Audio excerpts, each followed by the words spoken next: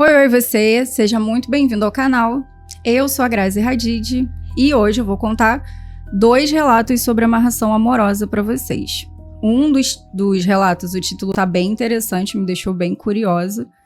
Então, eu preferi nem ler ele, nem passar o olho para poder me surpreender aqui junto com vocês.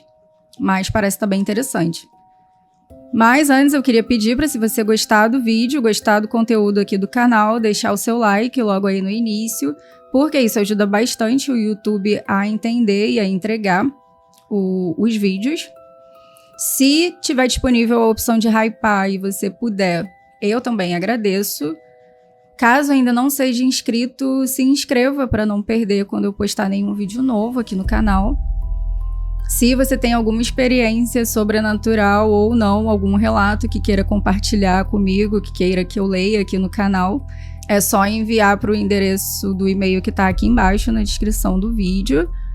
Hoje não tem muita enrolação, aqui ameaçou uma chuva, caiu uns pingos, o tempo fechou e agora já tá sol de novo, então eu tô com medo de acabar a luz e eu não conseguir gravar o vídeo para vocês, não vamos enrolar muito. Um grande beijo para todos vocês, espero que vocês gostem do relato e vamos a ele. E o título desse primeiro relato é Feiticeira e Freira. A sogra que fez amarração e tentou me destruir. Vamos lá. Olá, Grazi. Parabéns pelo seu canal e pelo seu estilo de narrar as histórias. Você é única, continue assim. Muito obrigada. Grazi, o meu nome é Olga, pseudônimo, como o outro nome mencionado a seguir. E eu poderia lhe enviar vários relatos, pois a minha vida é repleta de fenômenos de difícil compreensão pela simples lógica. Eu venho de uma família pouco religiosa, onde ninguém é envolvido com magia, tanto que eu não sabia nada a respeito. A maioria dos meus parentes se diz evangélica, mas de um tipo bastante racionalista e tradicional. Entre eles, falar de fenômenos sobrenaturais é um tabu, pois a maioria é praticamente cética. Então eu não comento nada com ninguém. O que aprendi sobre o funcionamento da magia foi a partir das perdas que tive e das pesquisas que fiz para entendê-las. Tenho muitas histórias até mais escabrosas, mas hoje eu vou falar de uma ex-sogra que me perseguiu por anos com magia, após o término com o seu filho. Espero que ela tenha desistido e aprendido, pois, aparentemente, o que ela me enviou retornou a ela. Quando eu tinha 23 anos, eu me envolvi com o filho dessa mulher, e a minha vida tomou um rumo não planejado quando eu fiquei com ele. Nessa idade, eu havia acabado de me formar, estava prestes a assumir um emprego e eu era muito otimista. Nem imaginava me casar ou ter filhos. Os meus planos eram totalmente diferentes. Eu era jovem e queria morar sozinha pela primeira vez, ter um emprego melhor, iniciar a minha carreira, essas coisas. Porém, quando eu fiquei com ele, tudo virou do avesso e a minha vida profissional travou. A empresa que havia me selecionado desistiu da contratação em cima da hora. Nos meses seguintes, eu fui eliminada em todas as seleções de outras empresas, o que me deixou muito frustrada, pois eu já tinha experiência acumulada em empregos que eu tive durante a faculdade, e antes as coisas fluíam com facilidade para mim. Nesse cenário, a única coisa boa para me distrair de tanta frustração parecia ser aquele relacionamento. Embora eu achasse que não fosse durar, pois tínhamos visões de mundo muito diferentes. Eu perguntava a ele por que ele estava comigo, se ele se dizia um homem tão conservador. Ah, que preguiça. Que queria uma mulher dona de casa, enquanto eu era uma pessoa tentando trabalhar fora e tentando ganhar o meu próprio dinheiro para não incomodar ninguém. E ele apenas zombava de mim.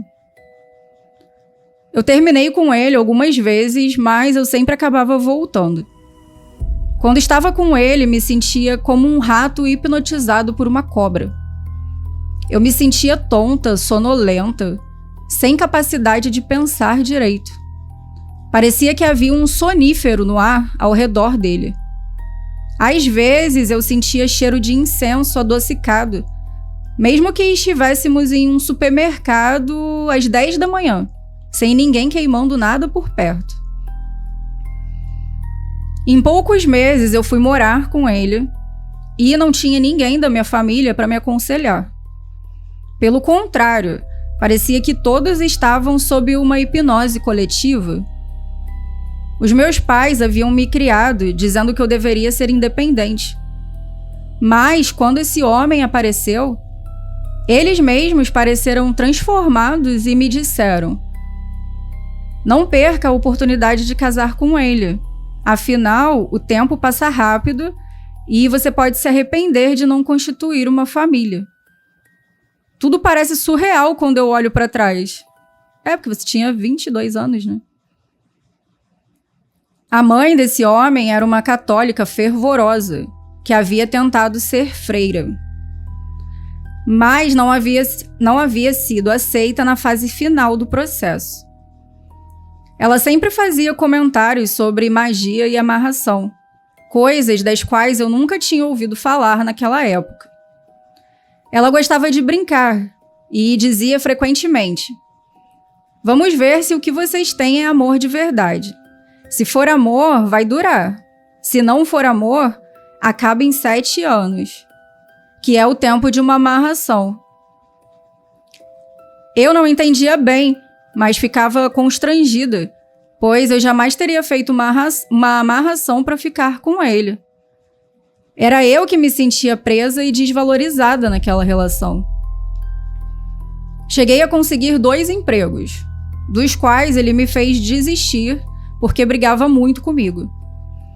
Fazia um caos enorme e era extremamente ciumento. Ele dizia que eu ganharia mais trabalhando em casa e não ganhando tão pouco como eu ganhava. Acabei largando esses empregos porque ele ia me vigiar no trabalho. Chegou a brigar com colegas meus durante confraternizações e aquilo me humilhava muito. Com o tempo, ele passou a beber mais, de passar mal em casa mesmo e na rua, tendo inclusive caído em um buraco e sendo retirado pelos bombeiros. A mãe costumava dizer que eu estava ali para cuidar dele. Ela e o filho queriam me convencer de que eu era uma escrava de cama, mesa e banho. Foi incrível a degradação pela qual eu passei nesse relacionamento, e como ele e a mãe se divertiam em me diminuir e me ridicularizar. Outros parentes pareciam perceber, mas eles não se envolviam. O pior de tudo é que eu não conseguia sair.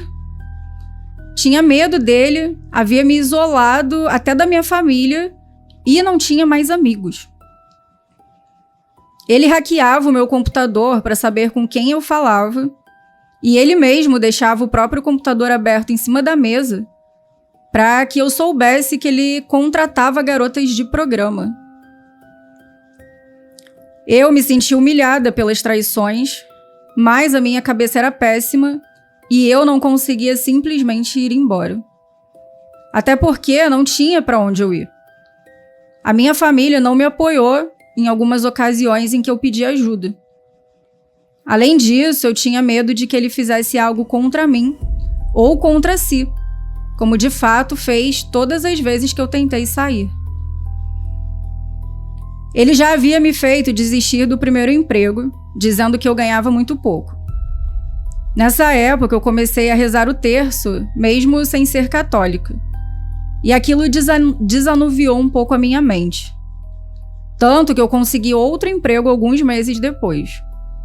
Não era um grande salário, mas eu ganhava o suficiente para pagar uma diarista e as contas de água, luz, internet. E também sobrava um pouco para mim, que ele me convenceu a usar para comprar um carro novo, para que eu ficasse endividada e sem poupança. Ele quis que você pegasse o dinheiro que sobrava um pouco para comprar um carro, né? e ele pagava o aluguel. Assim como no emprego anterior, ele também tentou me fazer desistir desse segundo emprego, causando uma confusão indo ao meu trabalho, tentando me impedir de viajar, tentando fazer com que eu me atrasasse ou faltasse, etc. Apesar de todo o caos que ele gerava, eu juntei dinheiro escondido e consegui me mudar 1 ano depois.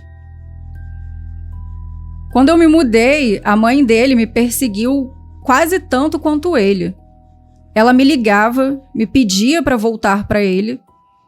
Depois ligava me xingando, me dizendo coisas terríveis, que a minha vida nunca iria para frente e que eu nunca iria arranjar outra pessoa. E dizia que se eu não voltasse logo para ele, já tinha outra na fila. Graças a Deus, né? A Ellen, que era uma amiga da família. Segundo essa sogra, a moça estava indo lá todos os dias para consolá-lo. Mas por que ela estava atrás de você, né? Em meio a tudo isso, um dia, quando eu estava dirigindo a caminho do trabalho, 2 carros bateram no meu assim que saí de um cruzamento, após o sinal verde abrir para mim. O primeiro carro bateu na traseira do meu, e o segundo bateu na minha porta de motorista e a amassou totalmente. Os 3 carros ficaram parados no meio da pista. O meu ficou todo amassado e em pior estado. As pessoas se aglomeraram, chamaram os bombeiros e a polícia. E assim que retiraram o carro que havia batido na minha porta, eu a abri e consegui sair sozinha. Eu estava surpreendentemente ilesa, sem nenhum arranhão, e todos me olhavam espantados. As minhas pernas estavam trêmulas. O carro teve perda total e depois nem foi possível reabrir a porta do motorista. O seguro pagou um valor que deu para eu comprar outro carro. Naquela época, eu não entendi a dimensão espiritual desse acidente. Como eu disse, eu desconhecia totalmente a magia. E nessa época de término, acho que eu nem rezava direito. Talvez só pedisse ajuda a Deus mentalmente. Mesmo morando sozinha, esse meu namorado, ou ex, né, continuava aparecendo em todos os lugares aonde eu ia. Certa vez, ele tentou arrombar a porta da minha casa e só parou quando um vizinho perguntou o que ele estava fazendo ali. Isso fez com que ele fosse embora. Por mais que as mudanças parecessem a oportunidade perfeita para terminar de vez essa história, eu não consegui. Vivi ansiosa e acabei cedendo em voltar com ele.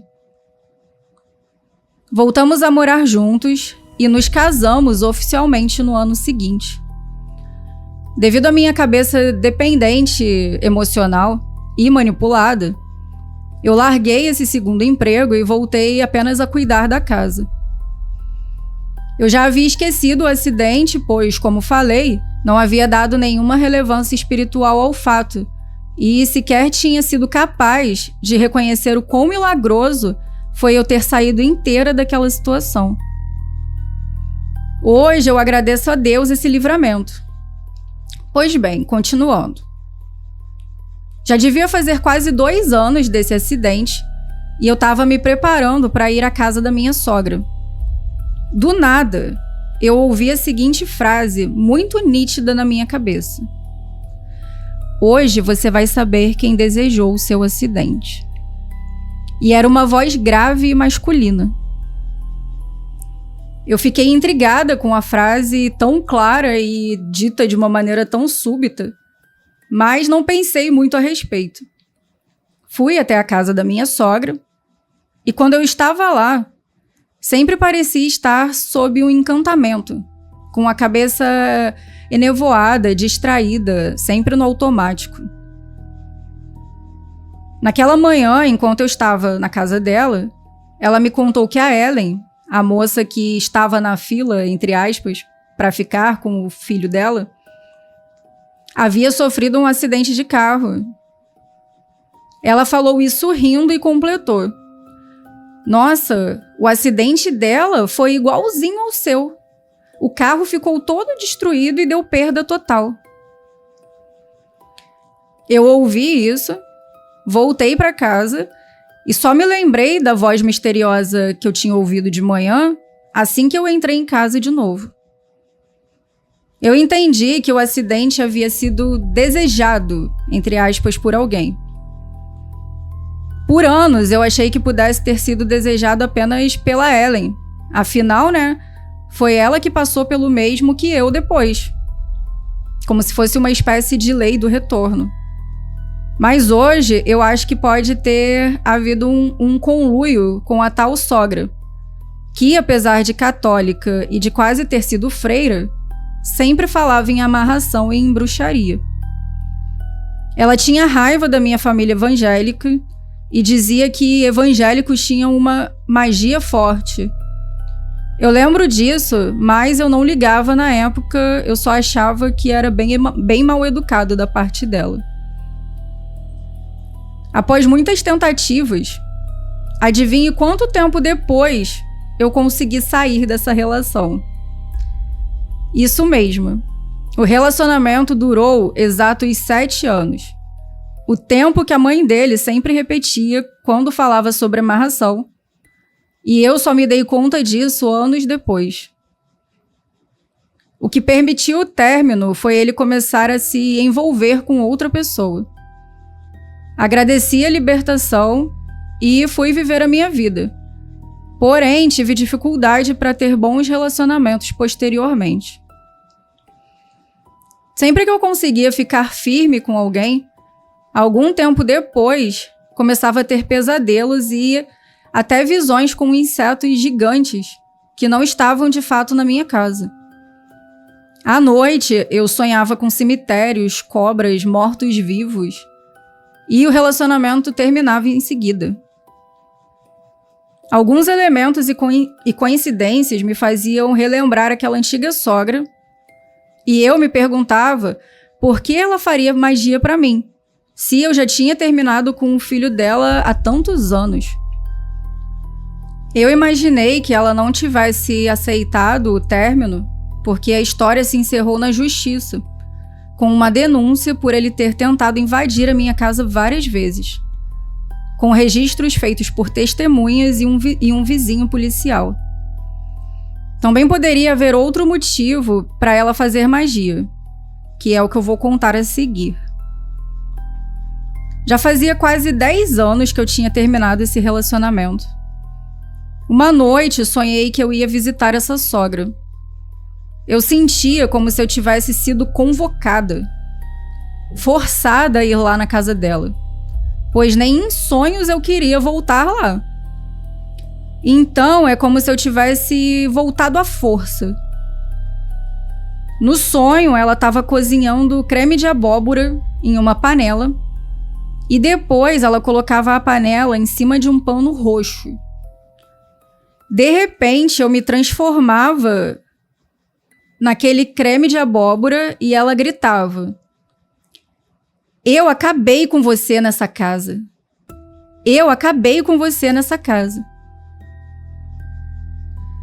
O creme de abóbora escorria pelo ralo da pia e eu ia junto. Passei pelo encanamento do prédio e fui parar no subsolo. E ali haviam vários seres com um aspecto de homens das cavernas. Eles estavam com tacapes e cordas. Começaram a me espancar e a amarrar o meu braço direito. Quando eu acordei, eu me sentia dolorida e sentia como se esse braço estivesse preso. Nesse dia, eu sofri um acidente que queimou todo o braço e eu passei meses com esse membro enfaixado e preso, assim como no sonho. Depois disso, eu busquei ajuda espiritual, afinal, né, era muito estranho sonhar com alguém tão antigo e logo depois algo tão parecido com o sonho acontecer na vida real. Procurei e bloqueei toda a família desse ex nas redes sociais, pois eu acho que ela podia me vigiar por ali. Ela não gostava de mim, mas o término com o filho dela, eu acho que pareceu digno de vingança. Além disso, por ela ser católica e o filho ter se casado de novo, ela vivia dizendo que isso não podia acontecer, a menos que ele fosse viúvo do primeiro casamento. Por isso, tantas magias para tentar acabar comigo. Durante 1 ano, eu fiquei com uma cicatriz feia no braço, de uma queimadura de 2º grau. Cicatrizes essas desse tipo que duram para sempre. Mas recebi a graça de hoje essa cicatriz ser muito discreta, quase invisível. Isso ajudou a retomar a minha confiança espiritual e a minha autoestima, que haviam sido completamente abaladas por essas e outras situações. Nem todas espirituais, muitas decorrentes de más escolhas e consequências da vida. Procurando por limpeza espiritual, eu recorri a centros kardecistas e a terreiro de Umbanda. Desisti porque aconteceram coisas estranhas ou mesmo muito graves logo depois. Eu ainda estava obcecada por proteção espiritual. Então, trabalhei com bruxas, cujos rituais antecederam fraudes bancárias expressivas e transtornos mentais temporários, porém significativos. Então, você trabalhou com bruxas que os rituais que você fez, depois você descobriu que eram fraudes, né? E te geraram transtornos mentais temporários. Por fim, encontrei charlatães que tentaram me intimidar e me extorquir.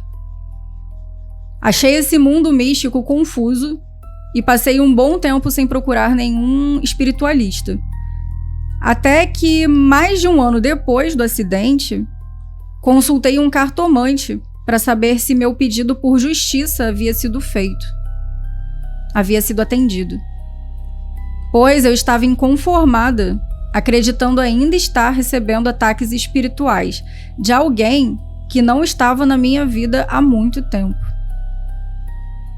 O cartomante falou de algumas pessoas que já haviam me atacado com magia ou me atacado energeticamente.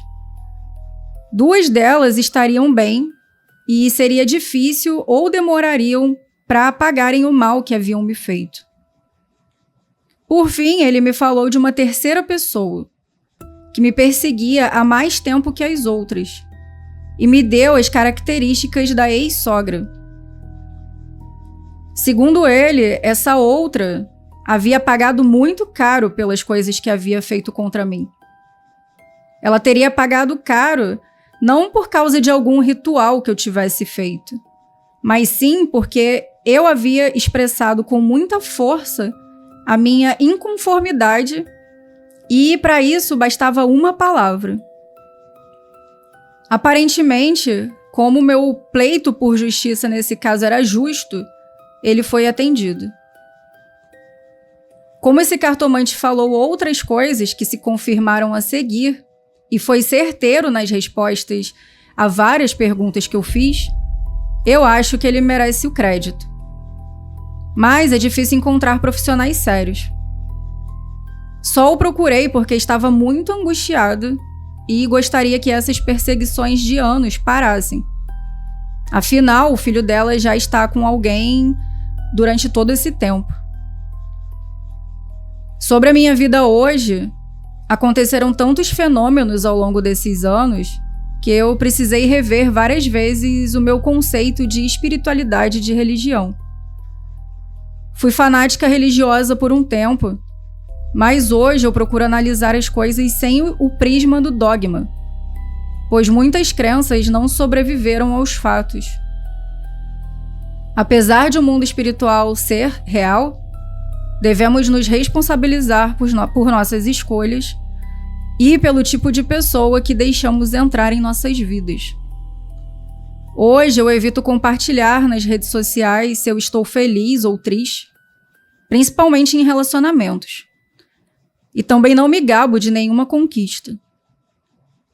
Sou grata por estar viva, saudável e por ter tido muitas experiências felizes depois daquele relacionamento. Obrigada pela leitura, Grazi.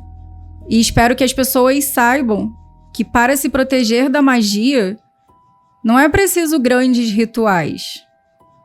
Aqui na Terra, temos que viver a simplicidade da Terra, sem fazer mal ao próximo. No mundo espiritual, já há quem nos defenda e trabalhe pelo nosso bem, e nada é oculto. O que acontecer de ruim, quem sabe no futuro se reverta em algo bom. A magia é imprevisível e não sabemos o seu verdadeiro preço.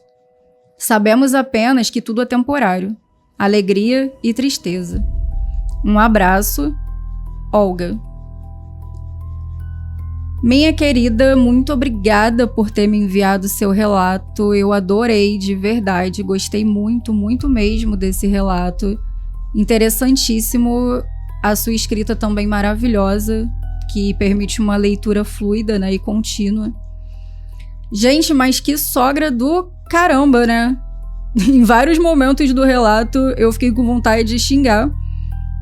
E evitei para não perder a fluidez da história e para não ficar feio também. Mas assim, cara, já dava para perceber, porque ela devia ter algum probleminha, né?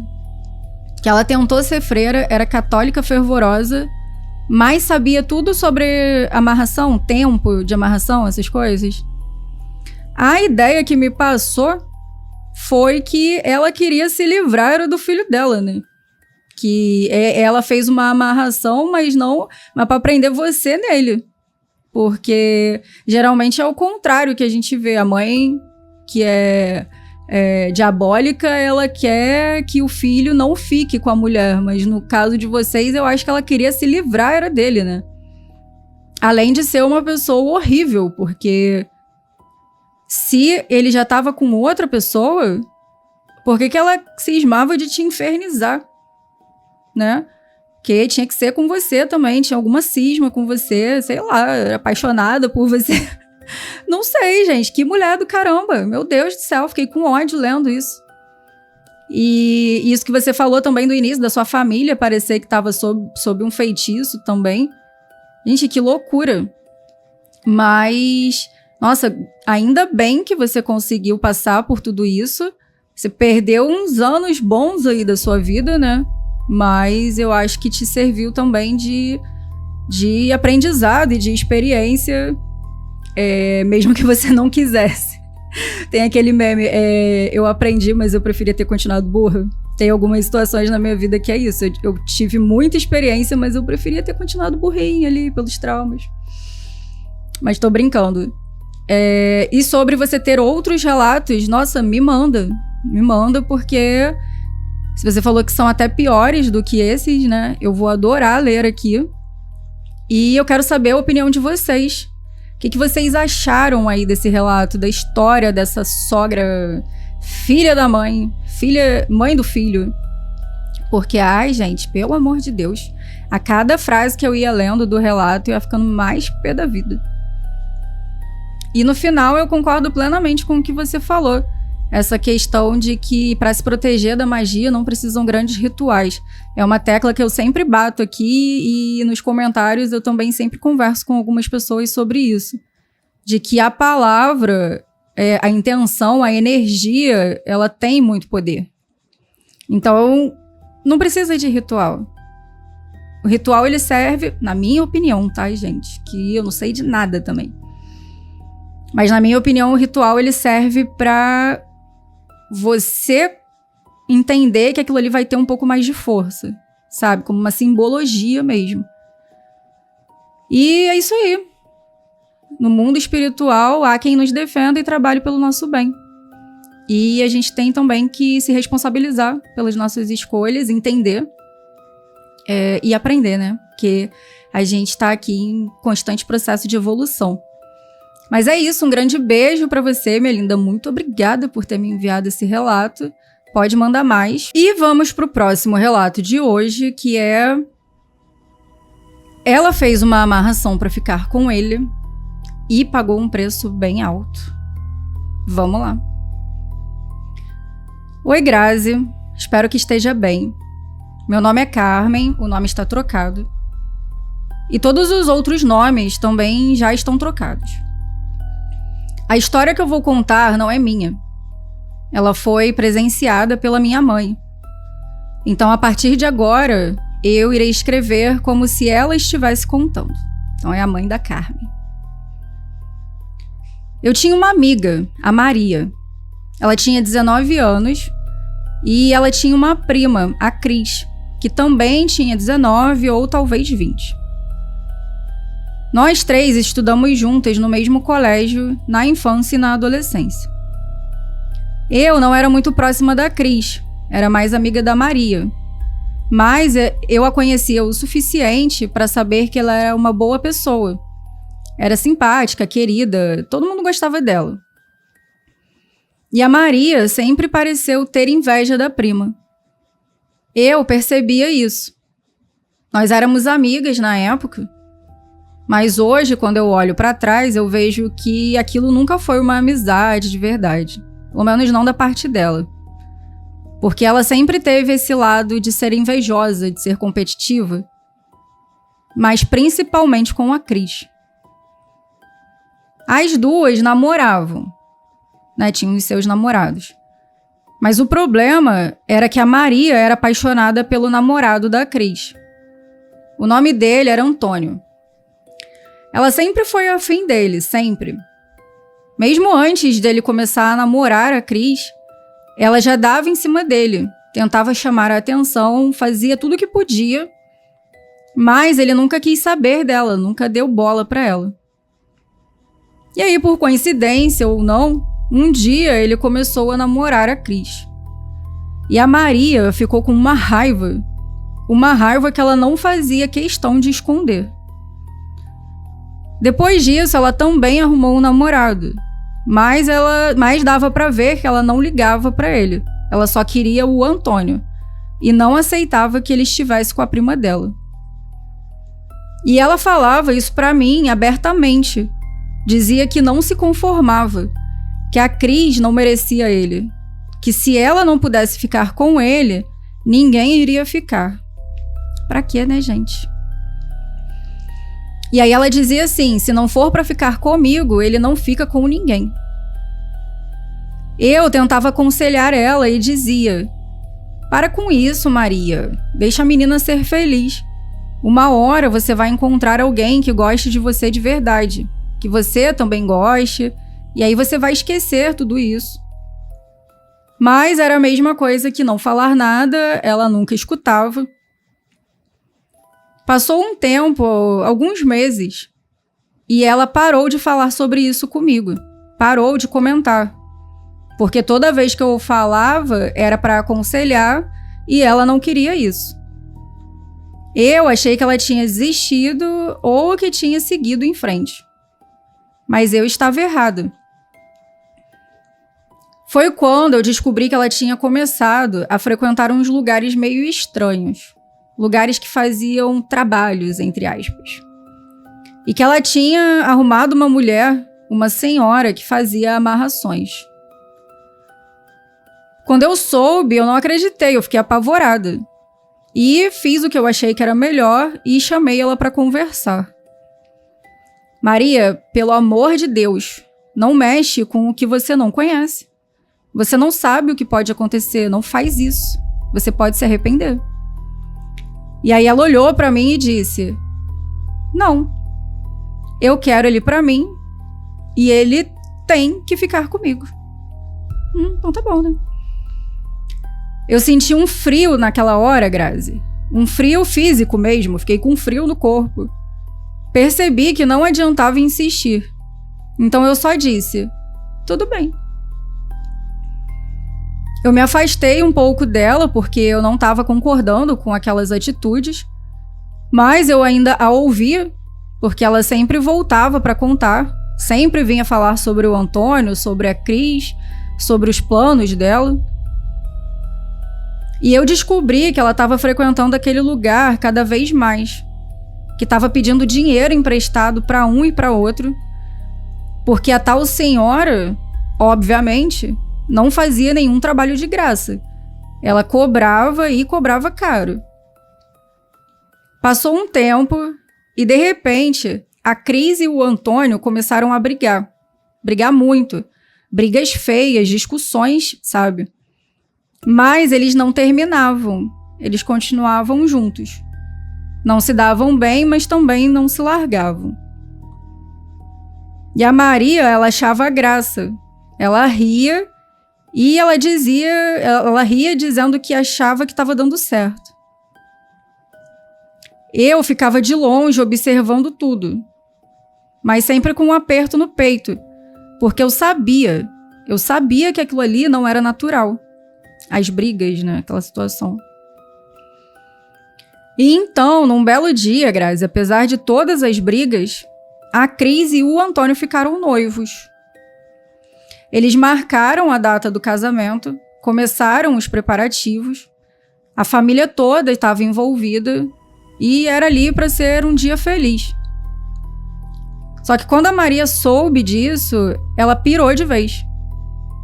Ela voltou na tal senhora e disse que o trabalho não estava dando certo, que eles estavam brigando, sim, mas ainda estavam juntos e que agora iriam casar.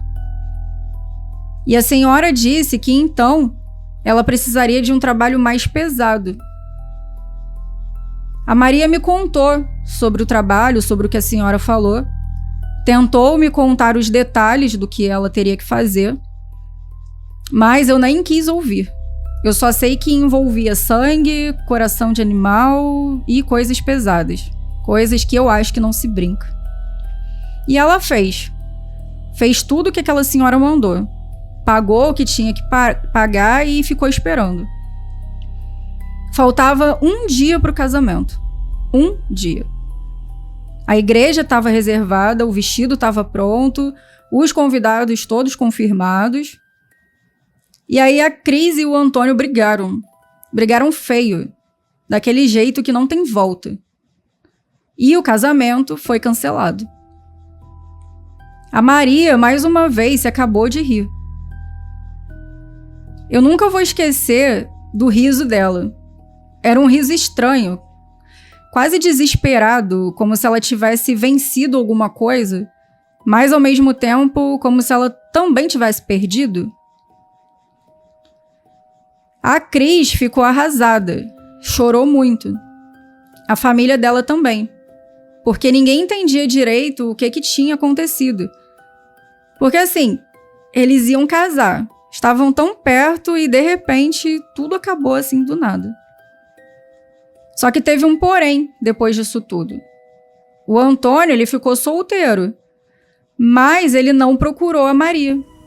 Ele não deu a mínima para ela. Porque ela achou que, né, ele ia destruir tudo e ele ia correndo para ela.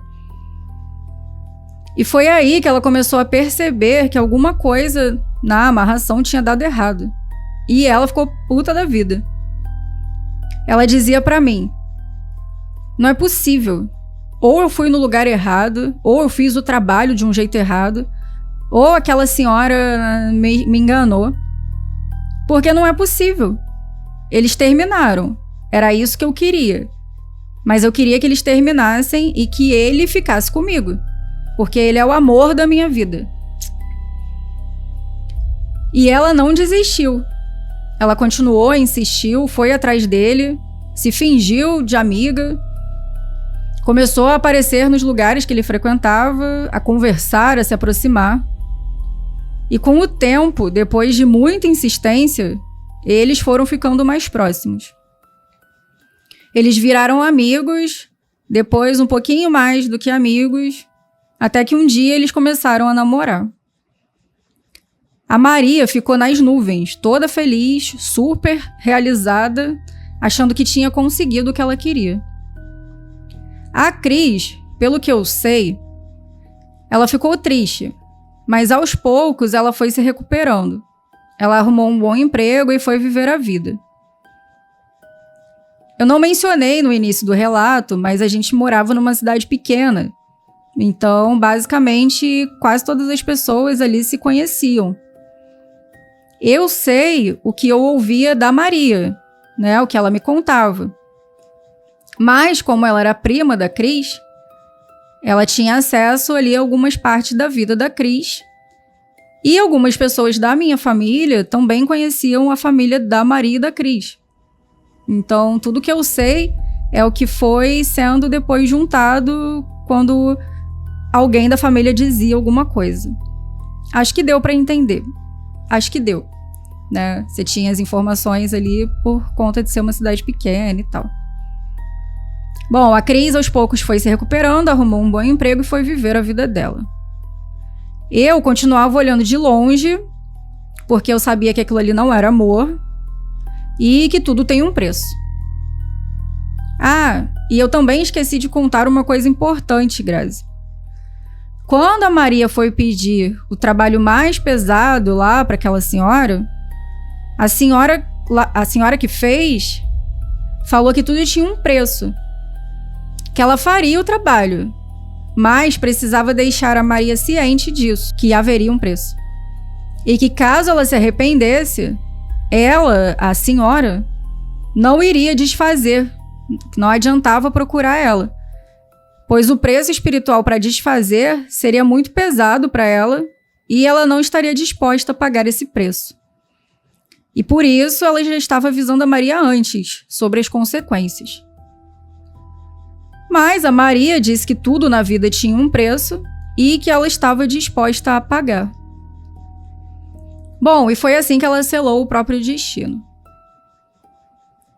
Depois que o casamento da Cris foi cancelado, levou uns meses até a Maria conseguir se aproximar do Antônio, como eu já havia falado. E nessa época eu já estava um pouco mais afastada da Maria, mas os comentários, né, sobre a vida da Maria não eram bons. Porque eles mesmo namorando, eles também brigavam muito. O Antônio, ele era bem frio com ela, distante. Ele não demonstrava carinho, não parecia feliz, mas também não terminava. E a Maria também. Ela tinha conseguido o que ela queria, mas ela não era feliz. Reclamava o tempo todo, mas não largava. É sempre assim, né, gente? Quando tem amarração. E 1 ano e pouco depois, eles ficaram noivos. Eu lembro que quando eu soube que eles ficaram noivos, eu pensei, meu Deus, ela realmente conseguiu. Mas não tinha alegria naquilo, não tinha luz, era tudo muito pesado. Bom, enfim, eles casaram e foi aí que o inferno começou de verdade. Logo nos primeiros meses, o Antônio começou a beber muito. Ele ia para o trabalho, mas quando chegava em casa, chegava tarde e bêbado, se chegasse. Mal falava com ela, tratava ela mal, gritava e quando bebia demais, batia. Eu soube disso também por outras pessoas, porque a Maria não contava. Ela tinha vergonha, ela escondia, mas os vizinhos sabiam, a família toda sabia. E ela achava que aquilo ali ia passar, que ele ia melhorar. E como ela tinha lutado tanto para conseguir aquilo, tinha feito tanta coisa, que agora ela tinha que aguentar. Mas não melhorou. O Antônio, ele foi piorando. Ele perdeu o emprego, começou a beber ainda mais, se é que era possível. Ficava o dia inteiro em casa ou na rua bebendo. Era irresponsável com a casa, com tudo. E aí foi a Maria que teve que sair para trabalhar. Ela trabalhava dobrado para conseguir pagar as contas, para botar comida dentro de casa. E como ela não tinha muita experiência, ela trabalhava com o que aparecia, né? E quando ela chegava em casa, cansada, ele estava lá, bêbado, agressivo e descontava tudo nela. E aí ele começou a bater muito nela, Grazi, muito. E ela foi se destruindo, porque ela era uma menina bonita, tinha um sorriso bonito, era vaidosa, mas foi perdendo tudo isso. Parou de se cuidar, emagreceu demais, os dentes começaram a ficar estragados, apodrecidos. Ela começou a ficar feia mesmo, foi se apagando, perdendo o brilho. E o pior, ou escrevendo isso agora, o melhor, talvez, é que eles não conseguiam ter filhos. Eles tentaram, mas não acontecia de jeito nenhum. E o Antônio jogava isso na cara dela. Dizia que ela nem para isso servia. E ela acreditava. Ela foi se perdendo tanto que ela já não falava mais nada com nada. Ela não conseguia mais se concentrar no trabalho, ela faltava, chegava atrasada. E aí ela foi demitida. O que deixou tudo pior, porque agora não tinha mais dinheiro e ele continuava bebendo e batendo nela. Ela já não sabia mais o que fazer. Ela tentou se separar várias vezes.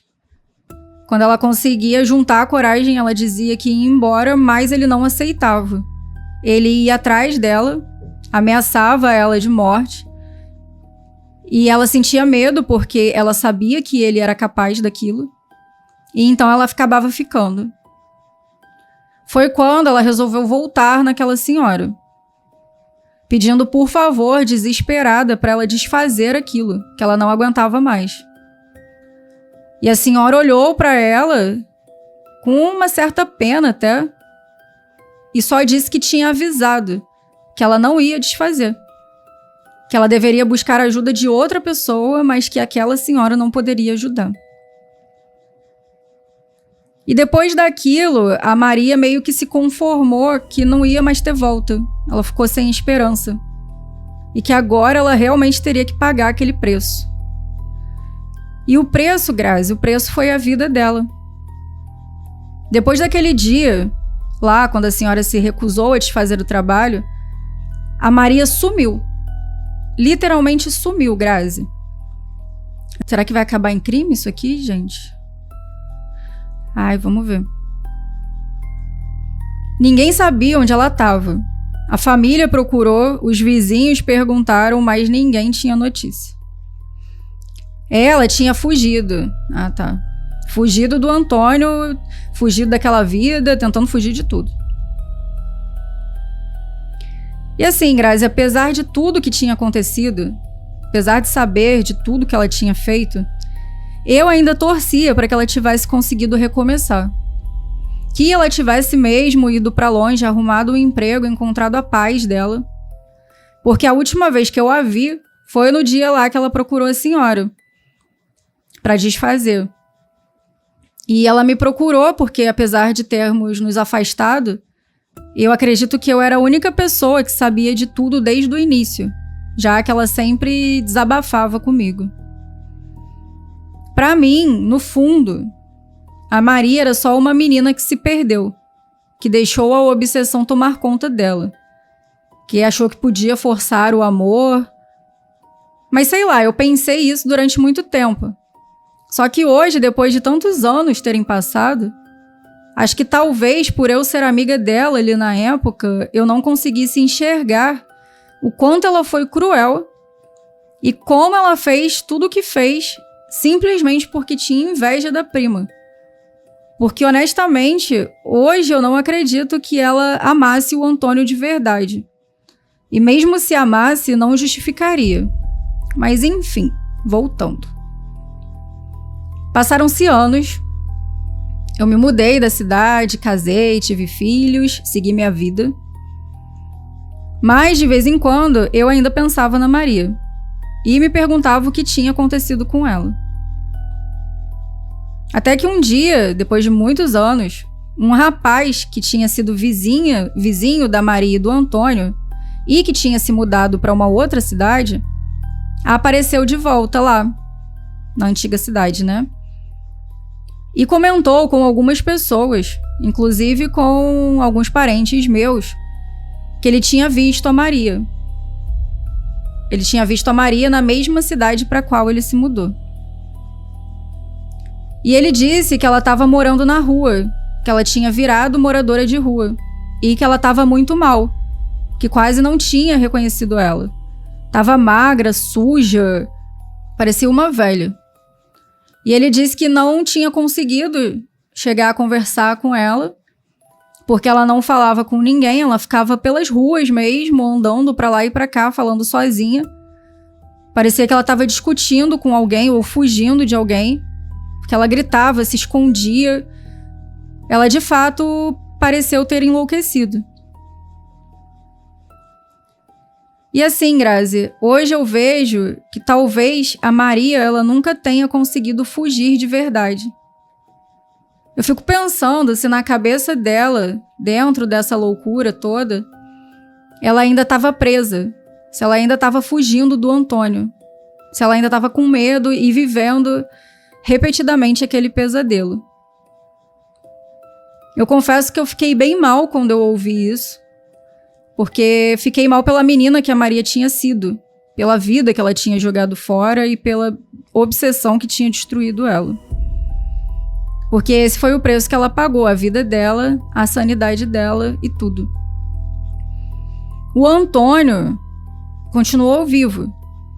Como eu ainda tenho família na cidade e pelo que eu sei, ele continua lá, no mesmo lugar, na mesma casa.